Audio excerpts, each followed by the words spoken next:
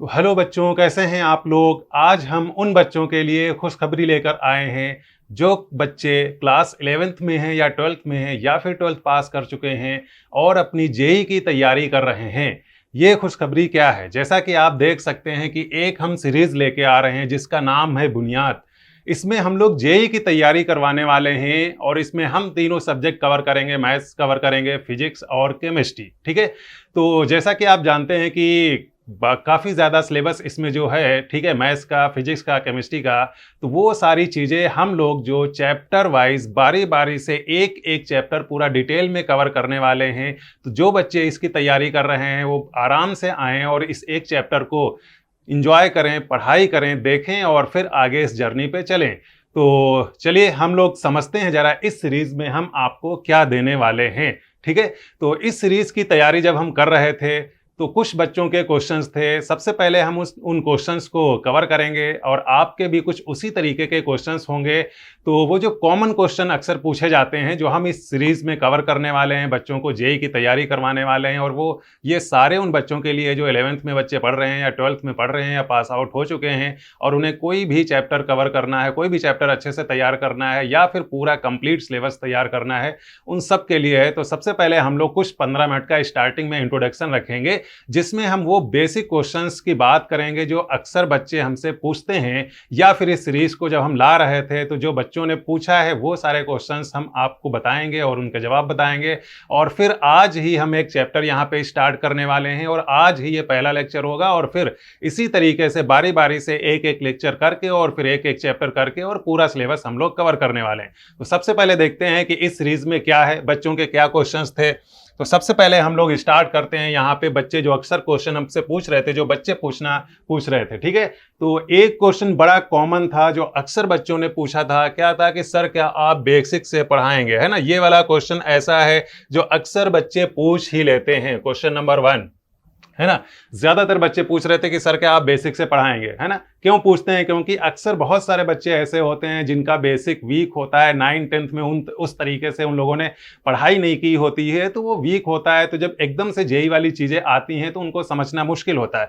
तो बिल्कुल बेटा, हम आपको यहाँ पर बिल्कुल जीरो लेवल से बेसिक से पढ़ाने वाले हैं। अगर आपने उससे पहले कुछ भी उस चैप्टर से रिलेटेड नहीं पढ़ा है तब भी आपको समझ में आएगा।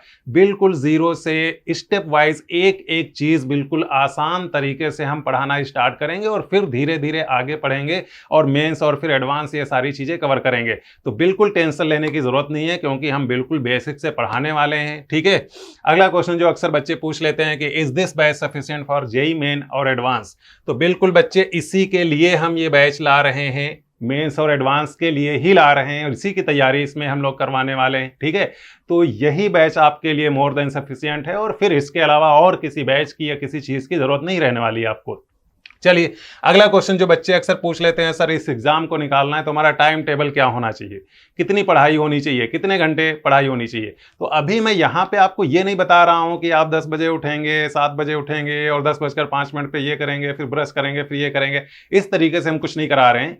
हम बिल्कुल बेसिक आपको ये चीज बता रहे हैं क्योंकि ये एक बड़ा एग्जाम है और आप उसकी तैयारी करने जा रहे हैं। तो सबसे पहले आपको ये ध्यान रखना है कि आपकी जो बेसिक नीड वाली चीजें हैं जो आप डेली करते रहते हैं, जैसे आपको नहाना होता है, ठीक है, सोना होता है 6 to 7 आवर, ठीक है, खाना होता है, तो ये जो बेसिक बेसिक जरूरी चीजें हैं सबसे पहले तो आप उनको कवर करोगे, है ना।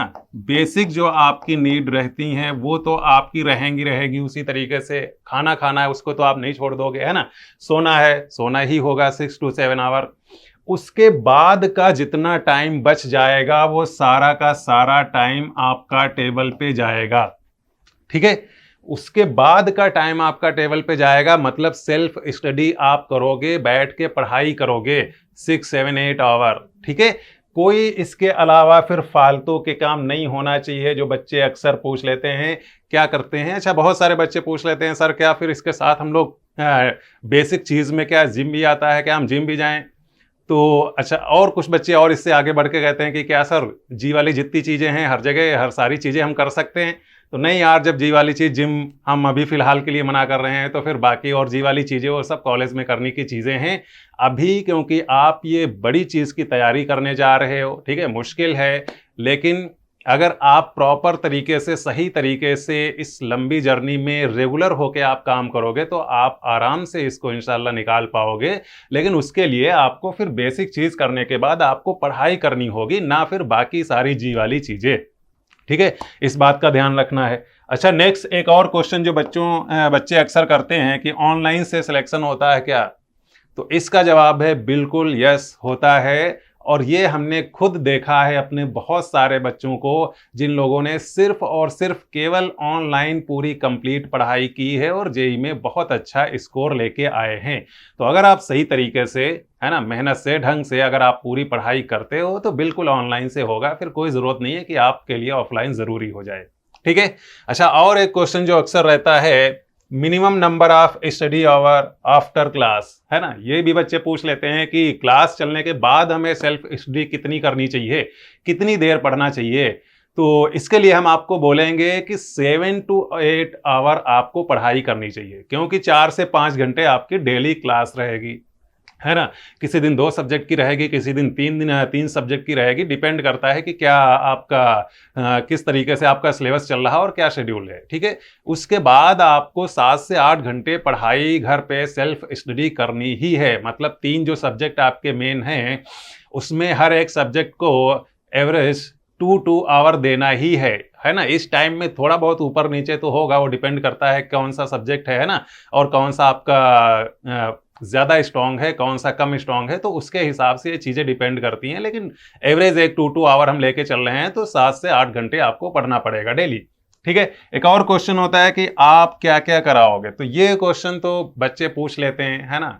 क्या सोच होती है, अक्सर लोग पूछ लेते हैं जब किसी चीज़ को करने की सोचते हैं कि यार सामने वाले से पूछ लो कि यही करा दे, इसी पे हम डाल देते हैं।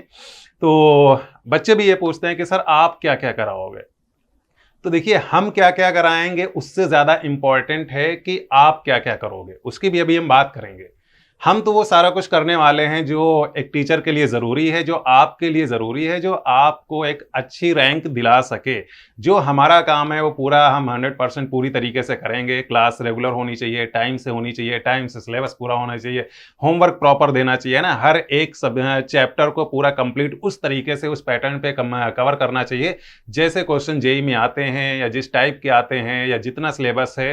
तो वो सारी बातों का हम तो पूरी तरीके से ध्यान रखने वाले हैं, और उसको अभी आगे हम डिस्कस भी करेंगे कि हम हर एक चैप्टर को किस तरीके से कराएंगे। ठीक है। अच्छा, ये तो क्वेश्चन हो गए जो अक्सर बच्चे पूछते रहते हैं। लेकिन मुझे लगता है कि बच्चों को जो क्वेश्चन पूछना चाहिए वो क्वेश्चन क्या होते हैं या क्या होना चाहिए, वो क्वेश्चन की भी हम बात कर लेते हैं कि आपको ये क्वेश्चन पूछना चाहिए। सबसे पहले आपको ये देखना चाहिए कि खुद की कमियां क्या हैं, है ना, ये वाला एक चीज। तो खुद की कमियां क्या हैं, इसकी आप सबसे पहले लिस्ट बनाओ कि आप ज़्यादा देर सेल्फ डी करने के लिए बैठ पाते हो कि नहीं। कुछ बच्चे होते हैं 1-2 घंटे में ही परेशान हो जाते हैं ना, उठ जाते हैं। तो इस तरीके की आपको कमियां ढूंढना है कि आप लगातार 3 घंटे टेबल पे बैठ के पढ़ पा रहे हो कि नहीं पढ़ पा रहे हो, क्या आप बार बार बीमार हो जा रहे हो, ठीक है, क्या आप बहुत ज़्यादा इधर उधर घूमने जा रहे हो। तो ये सारी चीज़ें आप बहुत तरीके की आप अपनी लिस्ट खुद बना सकते हो। जो ये छोटी छोटी बातें होती हैं वो आप लिस्ट बनाइए। अब जब ये लिस्ट आप बना रहे होंगे तो इसमें बहुत सारे ऐसे रीज़न आएंगे जो आप आराम से कंट्रोल कर सकते हो, और बहुत सारे ऐसे रीज़न आएंगे जो आप आराम से कंट्रोल नहीं कर सकते हो। किसी हद तक आप उसको कंट्रोल कर सकते हो, लेकिन पूरी तरीके से नहीं कंट्रोल कर सकते हो। अब जैसे आप बीमार हो जा रहे हैं तो ये आप पूरी तरीके से कंट्रोल नहीं कर पाएंगे। तो आप जब लिस्ट बनाओगे उसमें देखोगे आप कौन कौन से कंट्रोल कर पा रहे हो। जो आप कंट्रोल कर पा रहे हो उस पे आप काम करोगे, उस पे आप बात करोगे। बाकी चीजें आप साइड में देखोगे, रखोगे, है ना। उस पे जहां तक काम किया जा सकता है बिल्कुल वहां तक हम काम करेंगे, लेकिन जिस पे आप पूरी तरीके से काम कर सकते हो सबसे पहले हम लोग उसकी बात करेंगे। कि अगर आप बैठने की आपकी आदत नहीं है, ठीक है, तो उसको आपको बढ़ाना पड़ेगा, वो आदत डालनी पड़ेगी। आपकी अगर 1 घंटे ही बैठने की आदत है तो उसको धीरे धीरे बढ़ाना पड़ेगा। एकदम से तो नहीं हो सकता कि 1 घंटे से आप 4 घंटे बैठने लगो, लेकिन धीरे धीरे उस पर काम करना पड़ेगा। ठीक है। अच्छा, एक और क्वेश्चन जो होना चाहिए, सबका सिलेक्शन क्यों नहीं होता है। ये वाला क्वेश्चन भी बहुत सारे लोग पूछते हैं, है ना, और पूछना चाहिए। तो इसका जवाब आपके पास खुद है।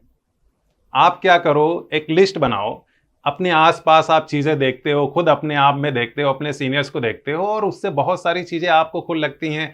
आप खुद कहते नहीं हो कि यार उसका सिलेक्शन नहीं हुआ क्योंकि ये सेल्फ स्टडी नहीं करता था, उसका नहीं हुआ क्योंकि वो प्रॉपर टेस्ट नहीं देता था, जो मॉक टेस्ट होते थे कोचिंग में, है ना? उसका सिलेक्शन नहीं हुआ क्योंकि वो रेगुलर क्लास नहीं करता था। तो इस तरीके के आपके सामने बहुत सारी चीज़ें आएँगी, ठीक है?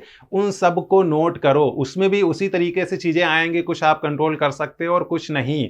तो जो चीज़ें आप कंट्रोल कर सकते हो, जैसे रेगुलर आपको क्लास करनी है, कभी उसमें लेट नहीं होना है, ठीक है? डेली का होमवर्क आपको करना है, सारी प्रॉपर क्लास पूरी कंप्लीट अगर 1.5 घंटे की है तो वो करना है, ऐसा नहीं कि बीच में छोड़ के चले जाना है, ठीक है? रिवीजन प्रॉपर करना है, सारे टेस्ट देते रहना है। तो ये सारी चीज़ें जो आपकी हैं, वो आपको प्रॉपर करना होगा, बस।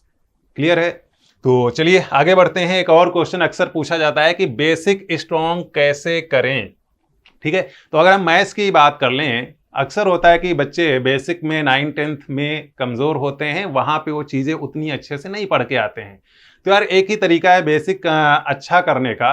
देखिए, जब भी कोई क्लास जिस दिन स्टार्ट हो, आपको पूरी उसी दिन से एक-एक क्लास कंप्लीट करनी है। कोई भी क्लास बीच की मिस नहीं करनी है, पहला नंबर। दूसरा, क्लास को पूरा अटेंटिव होके बिल्कुल अच्छे से ध्यान से सुनना है। ऐसा नहीं है कि 1.5 घंटे जब क्लास चल रही है, टीचर बोल रहा है तो आपने 1 घंटे कायदे से सुना और बीच-बीच में आप 5 मिनट 10 मिनट इधर-उधर घूमने निकल लिए या फिर कहीं और ध्यान आपका चला गया। क्योंकि पता नहीं वो जो 1.5 घंटे की क्लास हो गई कि किस टाइम हम कौन-सी स्लाइड पे क्या ऐसी छोटी-सी बात बता जाएँ जो आपको पहले से ना पता हो और आपका ध्यान नहीं था, फिर से छूट जाए। इसीलिए बेसिक चीज़ें कमज़ोर होती चली जाती हैं, क्योंकि वो जो प्रॉपर हम कंप्लीट एक साथ सारी चीज़ें लाइन से पढ़ते नहीं चले जाते हैं। क्या हम करते हैं, बीच में क्लासेस छोड़ते जाते हैं। कोई भी चैप्टर अगर 10 क्लास का होता है तो हम क्या करते हैं, 6-7 क्लास कर ली, 8 क्लास कर ली, 2 क्लास बीच में छूट गई। अब जो उसमें चीज़ें छूट जाएँगी वो आगे दिक्कत करेंगी। तो बेसिक आप तभी अच्छा कर पाओगे जब आप सारी क्लासेस करोगे, कोई भी क्लास छोड़ोगे नहीं, टाइम से सारी करोगे और जिस दिन जो होमवर्क मिला है उसको आप कंप्लीट करोगे, उसमें जो डाउट आए हैं वो डाउट आप क्लियर करोगे। क्यों? क्योंकि हम बेसिक से ही पढ़ाने वाले हैं, बिल्कुल ज़ीरो से पढ़ाएँगे। तो ये कोई मुश्किल वाली बात ही नहीं, परेशानी वाली बात ही नहीं कि यार हमको चलो पहले से नहीं आता है 9th-10th में तो क्या होगा? क्योंकि हम ज़ीरो से पढ़ाएँगे, भले आपका 9th-10th में वो वीक रहा वो सेक्शन, लेकिन हम ज़ीरो से पढ़ाएँगे। बस आपको एक-एक क्लास ध्यान से सुनना है और जो काम जब किया दिया जाए तो वो आपको करना है। चलिए आगे बढ़ते हैं। और क्वेश्चंस क्या रहते हैं, सिलेक्शन का कोई शॉर्टकट? हाँ, ये वाला क्वेश्चन तो बच्चे पूछते रहते हैं। तो यार शॉर्टकट एक एग्जांपल हम आपको देते हैं, ठीक है? मुश्किल एक बड़ी सी जर्नी है, ठीक है? मेहनत लगता है जेईई को निकालने में। अब मान लीजिए आप अभी अगर आप आज की डेट में जाएं, आप यूट्यूब पे और डालें कि 1 साल में जेईई कैसे निकालें, आपको बहुत सारे वीडियो आएंगे। फिर उसी टाइम आप क्या करिए, 6 महीने में जेईई कैसे निकालें ये क्वेश्चन डाल दीजिए, बहुत सारी चीज़ें आ जाएंगे। फिर आप क्या करिए, 3 महीने में डालिए कि 3 महीने में जेईई कैसे निकालें, बहुत सारे वीडियो आएंगे। फिर डालिए 1 महीने में कैसे निकालें, वीडियो तब भी आ जाएंगे, तब भी चीज़ें आ जाएंगी।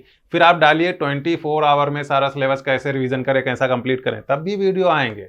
तो इसका मतलब कुछ भी यूट्यूब पे आप डालोगे वो ये नहीं कहेगा कि अच्छा ये चीज़ नहीं पॉसिबल, वो कुछ ना कुछ आपको दे देगा, लेकिन वो सारी नाटकबाजी है। ऐसा कोई तरीका शॉर्टकट नहीं है कि आप 1 महीने में या 24 आवर में सारा रिवीजन कर लो या तैयार कर लो या कोई जेईई जैसा एग्ज़ाम निकल जाए।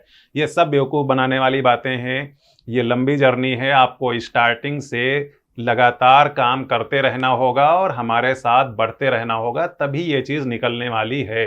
इसमें ऐसा नहीं है कि लास्ट में आप सो के जगह 1 महीना और फटाफट कुछ शॉर्टकट वाला कर लिया और सिलेक्शन हो गया, ऐसा कुछ नहीं होता है बेटा, ठीक है? तो आपको पूरी कंप्लीट जर्नी जीनी पड़ेगी, ठीक है? तभी इसके बारे में हम कुछ अच्छा सोच सकते हैं कि यार अच्छी रैंक आएगी, ठीक है? चलिए एक और क्वेश्चन होता है कि जर्नी में अप्स एंड डाउन सबके आते हैं क्या? ये भी तो यार बिल्कुल सही बात है, सबके साथ कुछ चीज़ें ऊपर नीचे होती हैं, क्योंकि 1 साल या 2 साल आप इस जर्नी में रहने वाले हैं, इसकी तैयारी करने वाले हैं, है ना? 2-4 दिन की बात नहीं है। तो इतने दिनों में आप बीमार भी बीच में हो सकते हैं, हफ्ते भर के लिए, 2 दिन के लिए, 4 दिन के लिए, आपके घर में कोई फंक्शन भी हो सकता है ना? कुछ भी हो सकता है, आपको बाहर भी जाना पड़ सकता है। तो अप्स डाउन तो सबकी लाइफ में आते हैं, सबके साथ होता है। तो ऐसा अगर कुछ 2-4 दिन के लिए हो जाए तो उसके लिए आपको घबराना नहीं है, परेशान नहीं होना कि यार अब क्या हम करें, ये क्या हो गया? ये सबके साथ होता है और नॉर्मल है, ठीक है? चलिए हाँ, ये वाला क्वेश्चन अच्छा है जो अभी हम बात कर रहे थे कि आप क्या क्या कराएंगे, वो से ज्यादा अच्छा है कि मुझे क्या क्या करना है ना, ये क्वेश्चन आपको करना चाहिए। तो इसकी बात तो इससे पहले भी हमने कर ली है कि आपको क्या करना है, आपको सारी क्लास करनी है, कोई क्लास छोड़ना नहीं है, पूरी कंप्लीट क्लास करनी है। ठीक है, क्लास के साथ आपको जितने नोट्स जिस तरीके से बोले जाएंगे वो नोट्स बनाने हैं, उसके बाद का रिवीजन करना है, जो होमवर्क के लिए डेली काम दिया जा रहा है वो आपको करना है। वो सारी चीजें कैसे, उसकी भी हम ये बात करेंगे अभी। ठीक है, तो आपके ये सारे जो काम है ये आपको करना है, हमारे जो काम है वो हम करेंगे। ठीक है, तो अच्छा, लास्ट में एक और क्वेश्चन है। ऑनलाइन बहुत सारे हैं, ठीक है, आप क्या खास कराने वाले हैं, आप क्या कराने वाले हैं, किस तरीके से? तो सबसे मेन यही क्वेश्चन है कि हम इस पूरी जर्नी को कैसे लेके चलने वाले हैं, किस तरीके से हम पूरा ये कंप्लीट सिलेबस आपको पढ़ाने वाले हैं, क्या हम में और बाकियों में फर्क है। ठीक है, तो चलिए हम क्या करेंगे, एक चैप्टर को सैंपल के लिए लेते हैं और देखते हैं कि उस पूरे चैप्टर को हम लोग किस तरीके से पढ़ेंगे, और फिर सारे ही चैप्टर उस तरीके से पढ़ेंगे। तो सैंपल के लिए एक चैप्टर उठाते हैं, आइए इधर हम ओपन करते हैं। तो बेटा यहाँ पे हमने सैंपल के लिए एक चैप्टर ओपन किया है। आप देख रहे होंगे चैप्टर का नाम क्या है, फंक्शन, आपने नाम सुना भी होगा। ठीक है, ये 11th में भी और 12th में दोनों जगह ये एक चैप्टर है। तो एक चैप्टर की हेल्प से हम ये समझेंगे कि यार हम पूरा सिलेबस कैसे कंप्लीट करने वाले हैं। ठीक है, तो जैसा कि हम बता दें, जैसे आप जैसे ही पहली स्लाइड पे आगे बढ़ोगे तो सबसे पहले हम दूसरी स्लाइड पे आपको ये बताएंगे कि यार इस पूरे चैप्टर में हम कितने पार्ट में इस पूरे चैप्टर को पढ़ने वाले हैं। ठीक है, टॉपिक वाइज ये हम डिवाइड कर लेते हैं हर एक चैप्टर को, और फिर उसके बाद एक क्लास में एक टॉपिक, एक क्लास में एक टॉपिक, और इस तरीके से हम पूरे चैप्टर में कुछ 8 से 10 12 इस तरीके से पार्ट बना के और उसको लेक्चर वाइज डिवाइड करके इस तरीके से हम पूरे चैप्टर को करते हैं, टॉपिक वाइज कर लेते हैं। ठीक है, तो जैसे ये हमारे पास चैप्टर है फंक्शन, तो इसमें अगर हम देखें तो टोटल हम यहाँ पे कितने 7 टॉपिक पढ़ने वाले हैं, या आप कह लीजिए 7 पार्ट करने वाले हैं। और पार्ट 1 में हम होमोजीनियस वगैरह देखेंगे, फिर 1 देखेंगे, फिर इवन ऑड है, फिर पीरियोडिक, कंपोजिट और फंक्शन है ना, आइडेंटिटी वगैरह, और फिर इनवर्स। इस तरीके से 7 पार्ट में इस पूरे चैप्टर को कंप्लीट करेंगे। अब यहाँ पे 2 शीट आपके सामने हैं, एक है यहाँ पे क्लास शीट जो हम क्लास में आपको कराएंगे, है ना, पीपीटी के थ्रू जब यहाँ पे हम बोर्ड पे आपको करा रहे होंगे।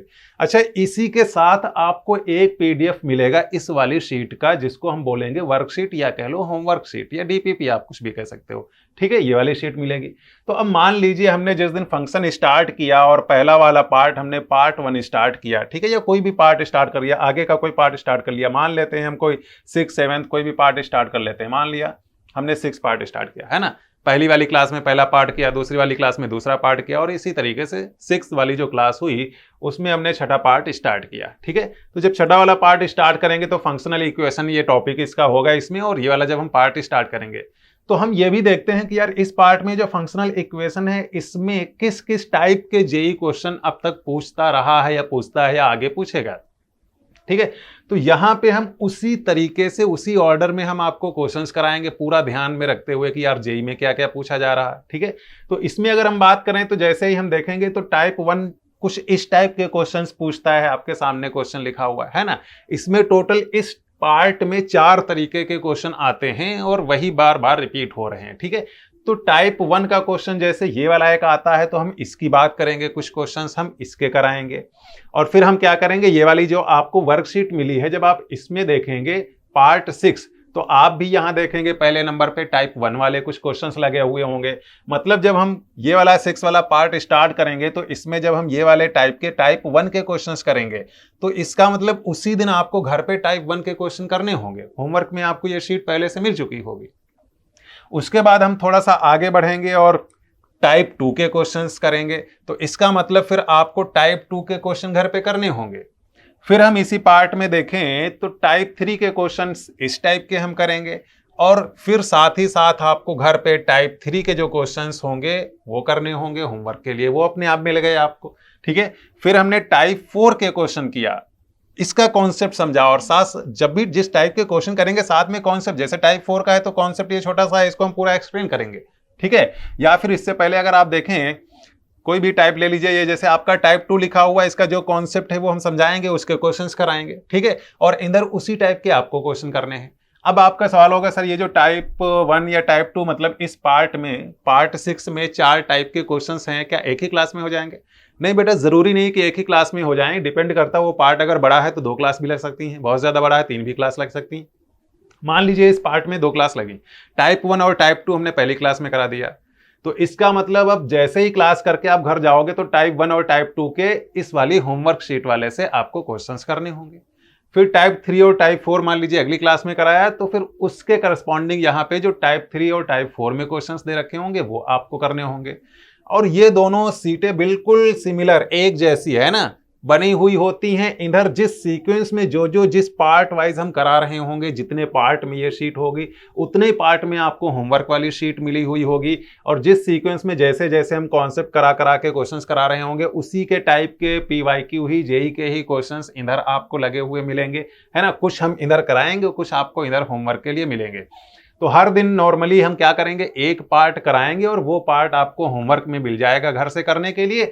वो पार्ट आप जाते ही, जैसे ये क्लास में हम कंप्लीट करेंगे पार्ट, आप जाके थोड़ी देर आधा घंटा इस क्लास का रिवीजन करके और इसके क्वेश्चंस आप कर लोगे।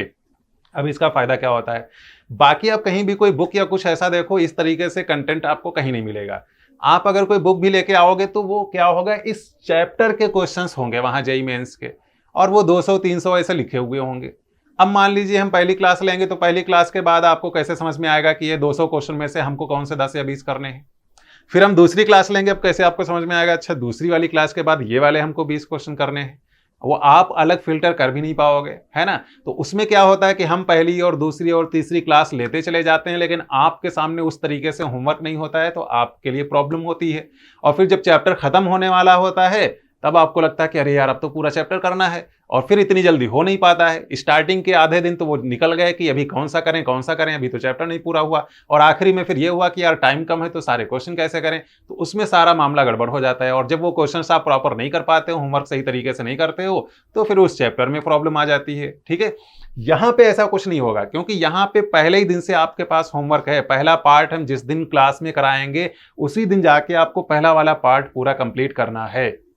फिर दूसरा पार्ट जिस दिन हम कराएंगे उसी दिन आपको घर पे जाके दूसरा पार्ट करना है, और तीसरा पार्ट जिस दिन कराएंगे उसी दिन जाके तीसरा पार्ट करना है। ये पीडीएफ आपको जब चैप्टर स्टार्ट होगा स्टार्टिंग में ही मिल जाएगी, और जितने चैप्टर इधर, जितने टॉपिक इधर होंगे उसी तरीके से बिल्कुल सिमिलर आपको ये पीडीएफ भी उसी के करस्पॉन्डिंग दिख रही होगी। उसी के हिसाब से इसमें क्वेश्चंस आपको नए नए मिलते चले जाएंगे, तो हर क्लास के बाद आप होमवर्क कर पाओगे। और अगर इस तरीके से आपने होमवर्क डेली का कर लिया, इस तरीके से आपका चैप्टर तैयार हो गया, तो यार मेंस फिर तो कोई मुश्किल नहीं रहा, है ना, क्योंकि फिर तैयारी आपकी बहुत अच्छी हो गई।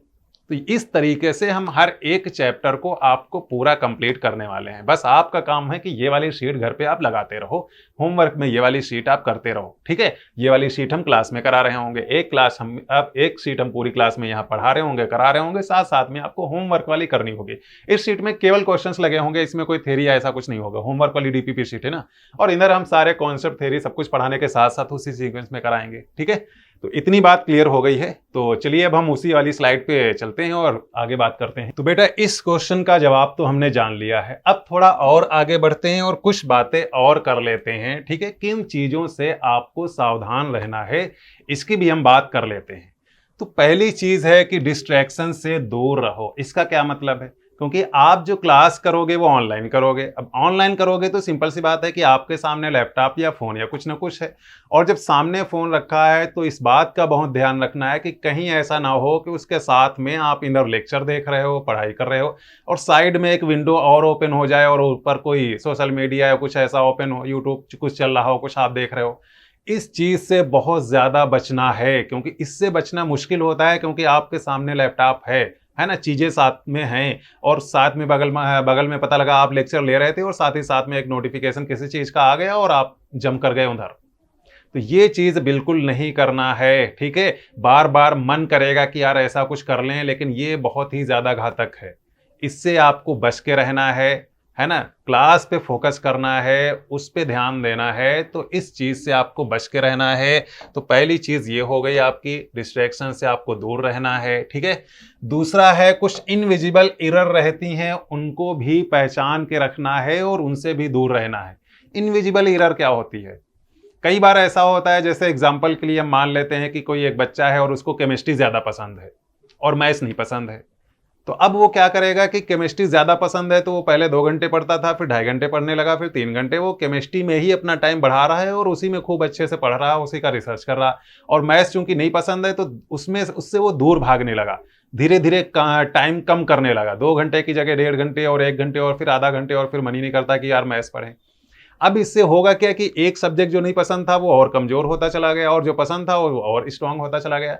लेकिन यार ये तो है आपका कंपटीशन, इसमें तो आपको तीनों सब्जेक्ट मिला के आपकी क्या रैंक आई है उससे सारा कुछ देखा जाएगा, उससे आपको कॉलेज मिलने वाला है।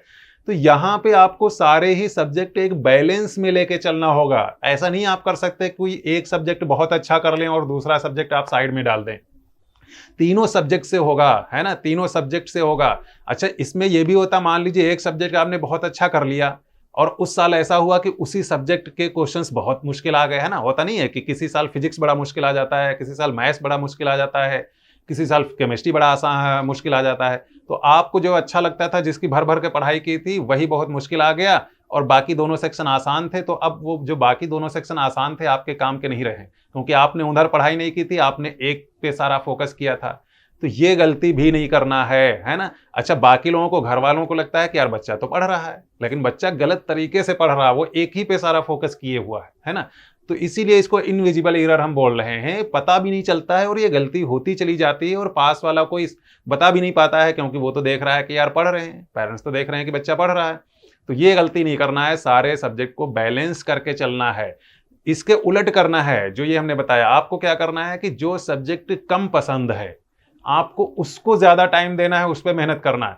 क्योंकि जो पसंद है वो तो आपको पसंद, वो आप पढ़ेंगे, है ना, वो अच्छा हो जाएगा। लेकिन जो नहीं पसंद है उसको भी मजबूत करना है, उस पर ज्यादा टाइम देना है।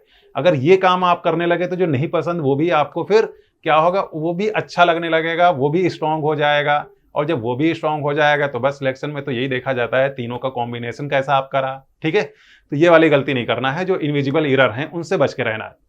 चलिए, 2 पॉइंट और। यूट्यूब के ज्ञानियों से दूर रहना, है ना। हमने इससे पहले ही बात कर ली कि यूट्यूब पे बहुत सारे ज्ञान देने वाले लोग हैं, फालतू का ज्ञान देते रहते हैं। 6 महीने में कैसे तैयारी करें, 3 महीने में कैसे, 1 महीने में कैसे, है ना। ये चैप्टर 1 घंटे में कैसे तैयार करें, इस चैप्टर से ये आएगा, पक्का लिख लो, है ना। ये 40 क्वेश्चन, ये 20 क्वेश्चन हमने दे दिया है, बस इसी में से आएगा। इस टाइप के 1000 वीडियो आपको मिल जाएंगे, लेकिन इनसे दूरी बना के रहना है, क्योंकि इन सब चीज़ों से कुछ भी नहीं होता। ये सिर्फ नाटकबाजी है और व्यूज़ कमाने का चक्कर है बस, और इसके अलावा कुछ भी नहीं है। आपको कंप्लीट पूरी अच्छे से पढ़ाई करनी है। ये एक लंबी जर्नी है और आपको उस पूरी जर्नी को कंप्लीट जीना है, आराम आराम से, धीरे धीरे करते हुए पूरा कंप्लीट करना है ना। कोई इसका शॉर्टकट नहीं है कि आप फटाफट कुछ 4 चैप्टर इधर से उधर से कुछ ऐसा करके और महीने भर में तैयार करके और आपने निकाल लिया, ऐसा कुछ नहीं होता है। ठीक है, तो चलिए, लास्ट वाला एक है पॉइंट, बैकलॉग। बड़ा बच्चे इससे डरते हैं, क्या है ना। तो क्या होता है, कई बार लापरवाही में कई बार ऐसी कुछ चीजें आ जाती हैं कि बैकलॉग आ जाता है। मतलब मान लीजिए 4 दिन आपकी लगातार क्लास छूट गई। अब कोई भी रीजन हो सकता है, आप बीमार हो गए, घर में मेहमान आ गए, आपको कहीं जाना पड़ गया, या आपने कोई और लापरवाही कर दी। ठीक है, अब होता क्या है, मान लीजिए 4 दिन जो आपकी क्लासेस छूट गई थी, तो अब बहुत सारे बच्चे क्या करते हैं कि फिर जब वो 4 दिन के बाद उठेंगे तो वो क्या करेंगे कि रेगुलर जो आपकी क्लास, क्योंकि उसके बाद भी क्लास चल रही होगी, तो वो रेगुलर क्लास ना करके पहले सोचते हैं कि अच्छा ये बैकलॉग वाला पूरा कर लेते हैं, फिर इसको ज्वाइन करते हैं। वहीं पे आप गलती कर जाते हो। आपको क्या करना है, आप 1 हफ्ते बाद भी उठे हैं तो आपको रेगुलर जितनी चीजें चल रही थी वो उसी तरीके से आपको पूरी पकड़ लेनी है। सारी रेगुलर क्लासेस जो चल रही हैं उसमें जो होमवर्क दिया जा रहा है वो सारा कुछ करना है। बैकलॉग कैसे करना है, रेगुलर जब आप पूरा काम साथ साथ उसी दिन से पकड़ लोगे और करने लगोगे, तो बैकलॉग के लिए आपको क्या करना है, आपको एडिशनल थोड़ी मेहनत करनी है। जैसे आप डेली 6 घंटे पढ़ रहे थे, तो अब क्या करिए, 1 घंटा एडिशनल एक्स्ट्रा कहीं जोड़िए, निकालिए, और उसमें जो बैकलॉग है वो बैकलॉग पीछे वाला धीरे धीरे वो कवर करते रहिए। वो धीरे धीरे हो जाएगा, लेकिन आगे का जो चल रहा है वो कुछ भी छूटना नहीं चाहिए।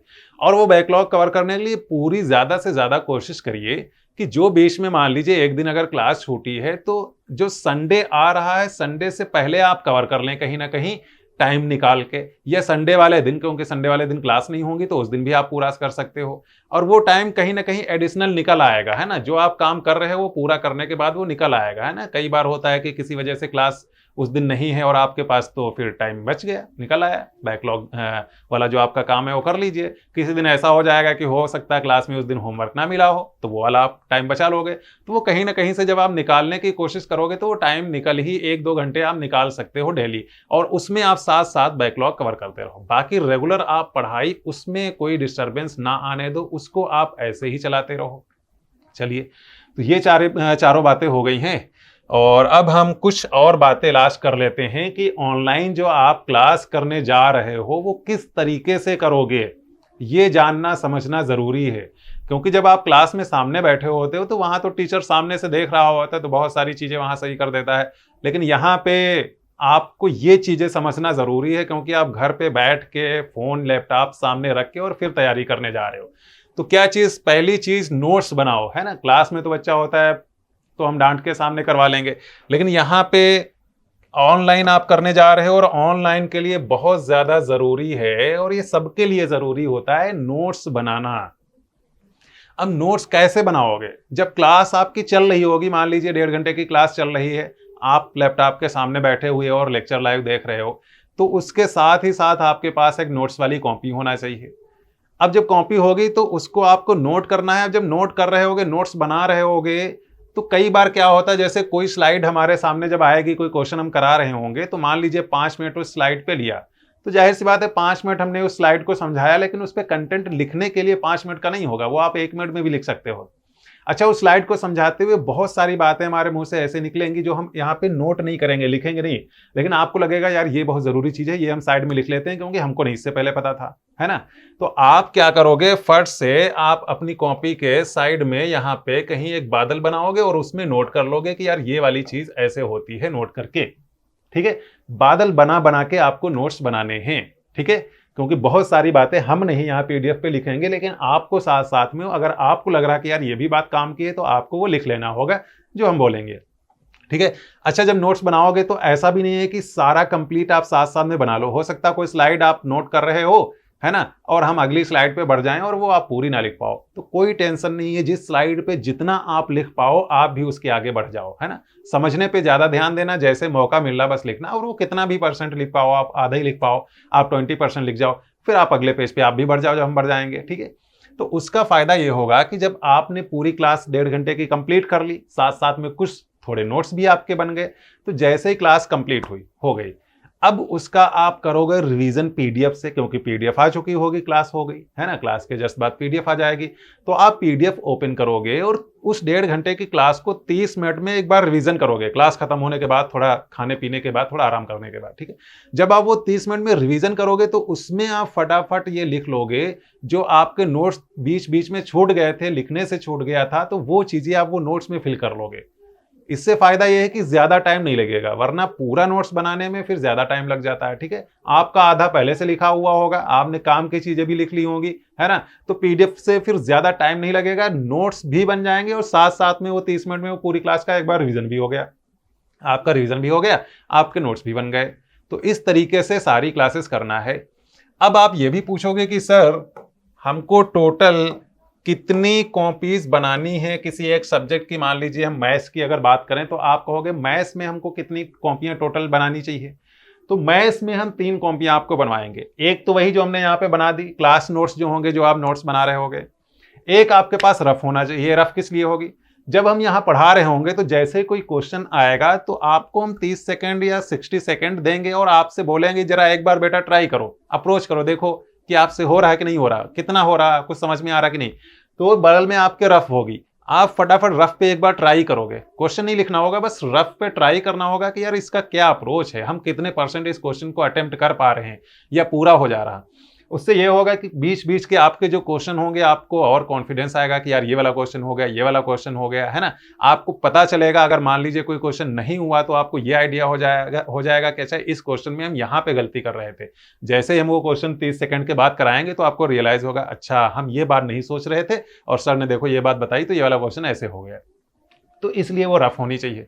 और साथ में एक होमवर्क वाली कॉपी होना चाहिए। होमवर्क वाली कॉपी इसलिए होना चाहिए, जो आपको ये क्लास शीट के साथ जो वर्कशीट मिली हुई होगी, पीडीएफ, है ना, होमवर्क वाली शीट, उसका जो होमवर्क करोगे उसके लिए कॉपी होना चाहिए, है ना, हर दिन, क्योंकि एक पार्ट हम हर दिन कंप्लीट करेंगे, उसी के करस्पॉन्डिंग आपको दूसरा वाला वही वाला पार्ट पीडीएफ से जाके करना होगा, जो होमवर्क वाली शीट मिली हुई है ना, एक शीट मिल जाएगी होमवर्क वाली जो अभी हमने आपको बताई, तो उसके लिए होमवर्क वाली कॉपी होना चाहिए, उस पर आप डेली वो काम करोगे।